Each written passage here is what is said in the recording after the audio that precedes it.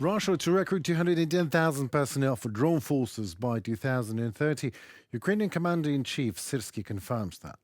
Another topic, Russian media lies. Hollywood star Ben Stiller denies claims about USAID funding his Ukraine trip, recently reposted by Elon Musk. And Professor Dr. Iulian Chifu, Romanian foreign policy analyst and former presidential advisor, is with us tonight for a little chat about Romania and other things. Good afternoon, my name is Henry Keane and we are UATV English, an English-speaking Ukrainian state media in constant persuasion to deliver hard truth in easy terms for you, for the whole free world, directly from Ukraine. Russia is forming unmanned systems forces and plans to recruit personnel for the new branch by 2030. Commander-in-Chief Oleksandr Syrskyi said that today. Both Ukraine and Russia have heavily invested in drone technology throughout the full-scale invasion, significantly altering modern warfare tactics. 66% of Russian equipment destroyed in January resulted from various types of Ukrainian attack drones. We are also aware of the enemy's plans, which envisage 210,000 unmanned systems troops in 277 military units by 2030. Oleksandr Syrskyi, Ukrainian Army Commander-in-Chief. The statement follows Syrskyi's monthly meeting on drone warfare, where he reviewed Ukraine's use of unmanned systems in January 2025. Syrskyi claimed improving coordination between drone units and conventional military forces from reports from brigades and battalions.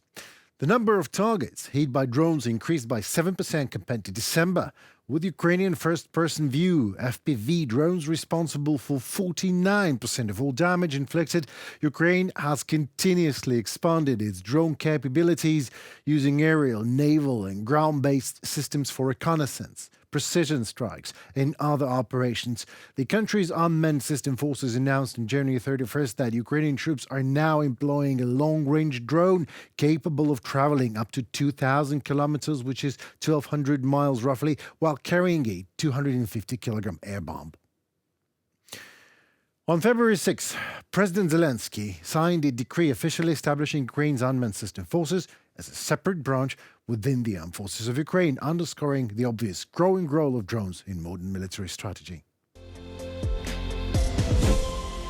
U.S. actor Ben Stiller, we all know him, has denied social media reports on February 5th that U.S. Agency for International Development, USAID, funded his humanitarian trip to Ukraine, calling these claims lies coming from Russian media.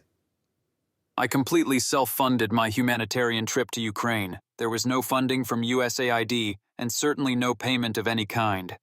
Ben Stiller, actor. Stiller's commands came after billionaire Elon Musk reposted a fabricated, story on X suggesting that USAID financed Western celebrities' visits to Ukraine. Well, in his role as the United Nations High Commissioner for Refugees, Goodwill Ambassador, Stiller met with Ukrainian families afflicted by Russian war in a trip to the country in June 2022, and Stiller also met with President of Ukraine, Volodymyr Zelensky. Ukraine's Center for Countering Disinformation also dismissed the claim of any USAID funding as absurd, noting the alleged article in the post boosted by Musk did not exist on the news website. Actually, it was purportedly from. Accordingly, the information is broadcast is an invention of Russian fake newsmakers, the center says. Elon Musk, head of the Department of Government Effectiveness, DOGE, and owner of X, has called USAID a, I quote, criminal organization and claimed that US President Donald Trump agreed to shut it down. Since Russia's full-scale invasion, USAID has provided $2.6 billion in humanitarian aid, $5 billion in development assistance, and over $30 billion in direct budget support only to Ukraine.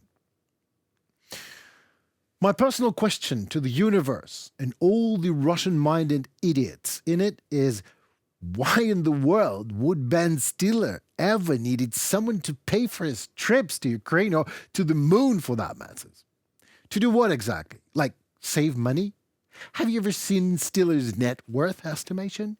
Do you think Stiller acts like you, most of the Russian-minded, probably would? Using the seemingly cheapest way without having a second thought on the very probable aftermath? How do you think it even happens? Like USAID came to Ben Stiller and was like, okay, Ben, we know you want to go to Ukraine with a humanitarian mission, so there are two options for you. Either you use 0.1% of your net worth and have all the trust and all the credit from people around the globe for your humanitarian effort and no problem of any kind and all whatsoever, or, man, you can use our USAID money and feel free to be shamed and bullied and verified and investigated now and later into the future when there is a new Department of Government Effectiveness that is ran by someone who has just bought it. You can even get to the trial. You get tried for using your money, Ben. So what is it going to be, Ben? And Ben Stiller is like, I take them your money, USAID. Hard way or no way, hey. What is the point here? If that is a way to hard truth for some Russians out there, let me put it in easy terms for them. The point is, Ben Stiller is a damn talented and courageous dude with a big heart and, yeah, big pocket. And he was not afraid to open both of them for Ukraine, a country that is fighting for what Ukrainians, and Ben Stiller, obviously, consider core human value, freedom. So our Ukrainian thanks goes right to Ben Stiller for that. And as for Elon Musk, well, Ukraine's Center for Countering Disinformation confirms that despite X being blocked in Russia, Kremlin propaganda continues to use the platform to spread false narratives and mass on that. So I guess Comrade Musk does not consider that even somewhat criminal, right? It is a freedom of speech after all, even if it is the ICC indicted Russian Tsar speaking through your mouth. Professor Dr. Iulian Chifu, president of the Center for Conflict Prevention and Early Warning, Romanian foreign policy analyst and former presidential advisor, is with us at UATV tonight. We appreciate you joining us, Professor. Hello. Good evening. Good evening. My first question. Far-right ultra-nationalist Călin Gheorghescu lost his appeal against Romania's Central Electoral Bureau, which enforced a ruling to annul his first-round victory in last year's presidential vote. What if he would win? I mean, the question is, what are the chances for the ultra-nationalist, populist, Putin, rubbish, or call it whatever, to become a president of Romania these days? Well, my belief is that he won't make it. If Right. he will, respecting the rules of the game, I don't see any problem. Is the choice of the Romanians, and he will be president. What's your personal, actually, attitude to this guy? Do you think this is a legit fit for this position? No, by no means. Not by his CV, his Right. background, not by his standing, not by his embracing the extreme right positions, and but once again, we are speculating. Absolutely, We absolutely, shouldn't speculate absolutely. in that idea. Well, Yes. why? Actually, he ran into an election. He was proved to have breached the rules of the game. He is a subject of number of processes, Right, right. and we will see how this will move ahead till the elections, because there's still another 3 or 4 months Yes, it till is. the elections, Right. beginning of May. It's enough time for the officials and for the justice to do its right. Already our financial institution has found its basis, the founding Right. of its campaign, and has sent this to the prosecutor office. So the file is already under the hands of a prosecutor office who can move ahead at any moment. Right. There is another process dealing with the amplification of its message, the malign amplification by Okay. Russia and other groups of its message. It's already there. The first thing is a guarantee of the integrity of the elections, and that's very important. Today, even we had the French minister coming, and as you know, there is a full French inquiry related to this. EU Right. has its own inquiry. US, there is an exchange of intel. Actually, everybody has moved into and has made the analysis on how it happens, because it will harm everybody. If you have a Absolutely. possibility of moving a person from 1%, practically nil, to 23% to the first position Right. in an electoral process. Right. So the process of unpacking this, of deconstructing, and of seeing how it happens is on the way. Great. Either by technical means, either by financial means, either by the content of its message. It's Absolutely. also under scrutiny, as you know. Process of throwing hate, speech, and ultra-nationalist, anti-Semitic, so on and so forth. All of these are subject to the law, and as long as this is proved step by step, it enters into the mechanism of the rule of law. And for sure, whoever is guilty, I'm not talking only about the person itself, Right. but persons behind him, even if it is a matter of, I don't know, maybe you can't find in the electronic world, in the virtual world, each and every name, but you can find VPN to VPN to VPN to St. Petersburg, or, so you have the basis of proving where it goes, how it is, and for sure of preparing elections done with respect to the rules.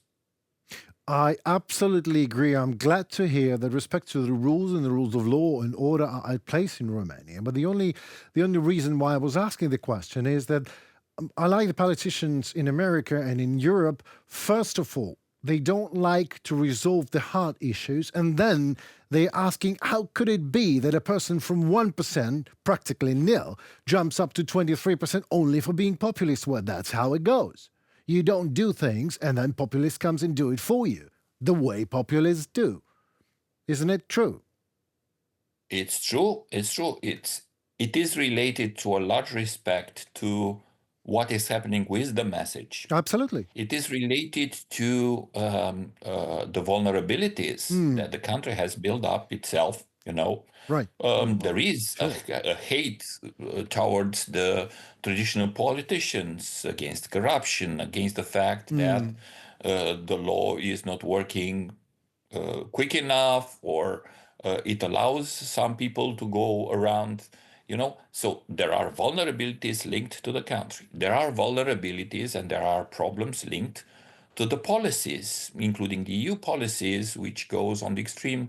We've already talked about this. The Draghi report has talked about this, going to, moving the costs of decarbonization to the people, to the general public, by adding to the prices of energy, which is the blood of any economy, so on and so forth. So actually, you have to accept your own mistakes and your own problems before projecting this to against the others. But that part of amplifying a message and actually involving some psychological operation tactics inside the whole process via TikTok, Telegram, and so on, because it's not only TikTok. TikTok is in the forefront. All of this plays the game, and we should learn how it happens, because actually democracy is about the vote. So you can't rule out the fact of the vote and respect the results of the vote. Absolutely. So that's why you need to do very quickly, to learn from this, to apply the rules, and to let the process go Great. the way We it should be. So we it's somebody takes advantage on the vulnerabilities of the democratic system. And actually, that's that's okay. That's a remember, normal that's thing, isn't it? Gerasim's strategy. It took all the principles and values of democracy and considered that these are vulnerabilities, because the democratic society, are defending it, and they created instruments that become weapons against the democratic system, taking advantage of each and every of such principle.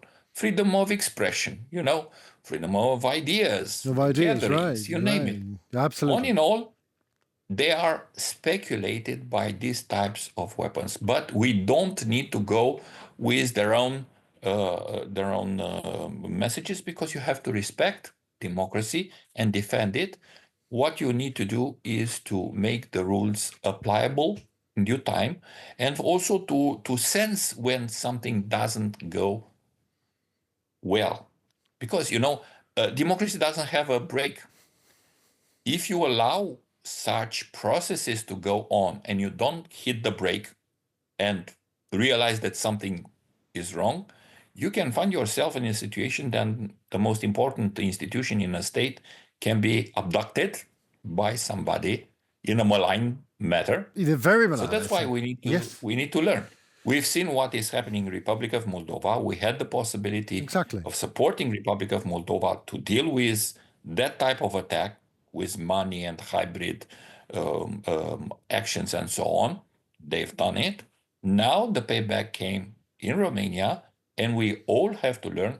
We first, because we do have elections beginning of May, but don't forget we have elections in Germany on the 23rd of February. I'm not forgetting that And at this all. type of attack happens in democracies all over the place, and it didn't begin to yesterday. No, In the absolutely. process Yes. described in Romania, the instruments used have been put dormant for 5, 6, 7 years and used When properly in the thinking, proper right? manner, Exactly. just at the moment that you hit the bottom and you wanted this to go on.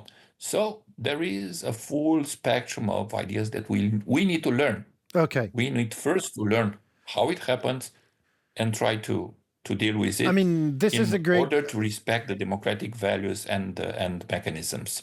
I mean, this is a great answer, really. I talk to a lot of people because that's what I do. And we need to analyze and learn and do it as fast as we can is the greatest answer of all that I actually have. Because you're not moving to, you need to have a database and then there is an experience and not just an emotion. So this is a great answer for someone who's a professor and doctor. But let me slide to another question. I'll try to reverse it, if you wish. A gas conflict, a gas and an energy conflict in Transnistria. Who you think is the beneficiary of all this mayhem? Okay, in some cases we know, in some other it's a speculation. But in any case, we do see a dramatic change at the world level. On one way, Transnistria, we know where it comes from, that Russia has done it in order to take advantage, to block the will of the people to go for the European Union. So they use as much leverages as they can, like it is the case of energy, like it is the case of money for votes, networks for informational warfare, you name it. In other cases, it seems that there is somehow a type of change at the global level when people somehow have problems on the way that democracy works, on the side effects and radical outcomes of the way that some have speculated democracy and the position of power, and maybe some other aspects of challenging actually the other world, not respecting the dignity of others, not respecting international law. And at the end of the day, you have to choose. Okay, democracy, the way it is applied, not the democracy as a system, ideal system. The way that it is applied maybe does not work, and there's a lot of people who are against the side effects and what that type of system has created in terms of people who are stealing, or the fact that justice at some points does not act against, or because of democracy gives too much guarantees to the one that can run with its facts and so on. So we can accept this, but what would you choose? Exactly. What's the choice? Democracy and liberty, or blowing up the system and putting instead what? Dictatorship. The father of a country? Yes. Autocratic rule? Is it better? I mean, it's not the or question of the people. random, Yeah. anarchic, whatever far right or whatever experiment we can find to challenge democratic center, conventional Right. parties. But I think that, well, at least my choice is okay. Democracy has, in its way of being applied, has some side effect. The system needs to be improved, reformed, come with better ideas and better norms and better people who has to apply it. And maybe you have to expel the idea. There's another idea happening in democracy, the type of partitocracy, we call it, in the sense that if you have your paper that you're a member, you could have wealth, or you could have a different career than the one that your credentials, your professional, your work is allowing you. It's a shortcut if you want, and it is a privilege. Yes, that can be also a side effect in the democratic country, but we should fight and improve our democracies in order to avoid such side effects and to challenge and to judge each and every one who is trying to take advantage on those issues. But I will never blow up democracy and run for a father of a country, for an autocrat to solve the issues. you If wouldn't, all of us, an sir. institution didn't Please. solve it, Yes, one of course it person does.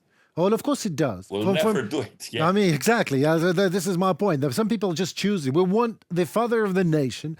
We want an autocrat and, I don't know, an emperor, a Tsar, to come and just right now solve all the problems. And this is what you know it better than I do. The populists solve the problem. They solve the psychological problem of their voters.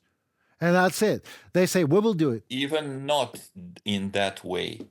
They somehow are dealing with the emotions or creating Absolutely. emotions, counter emotions, in such a way that the person has the impression that something happens. If it's radical, Right. if it's overnight, Yeah. if everybody goes home, Yeah. feels as a revenge, as something very Retaliation. Yes, Yes. Yeah, I mean, I feel it myself when Trump does it. frustrations. Right, This right. is it's not a mechanism. It won't solve the social problems, and that's another point that we have to explain. Extreme approaches are not a solution. It leads to violence. By the way, that's another approach that Romania has undertook. Today, the government announced full strategy against the extremist violence. And when I'm talking about violence, it's not only violence, physical violence, it's also the violence in the virtual networks, speaking violence and radical expressions and threats to the life of personalities put in and pressure put in the virtual space and the social media and so on. All of this is also part of the game because it's going to constrain normal, decent people to express themselves due to the fact that the minority on the extreme is shouting louder, is more aggressive, is more violent. We live those times. And I think that this is another part. As you have seen, we are trying, or Romania is trying to cover all those parts in order to have an environment where elections can happen, Right. and the result would really reflect what people want without that those people are psyopsized by Russia, whatever institution you will Yeah, name. bro. I read it.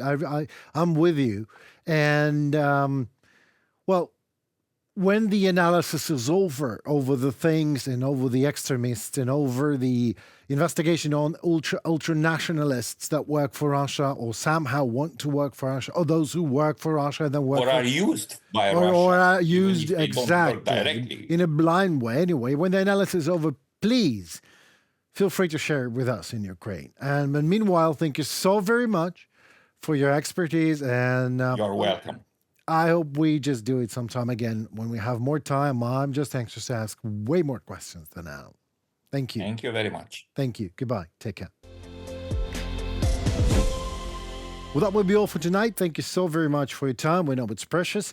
My name is Henry Keane, and we are UATV English, an English-speaking Ukrainian state media doing our very best to deliver on truth in easy terms for the whole free world, directly from Ukraine. So please like, share, and let us know how we're doing with all that, as your voice matters, really, very much. In turn, it helps Ukrainian voice to be heard globally. Stay safe and tune for more already tomorrow. We talk soon.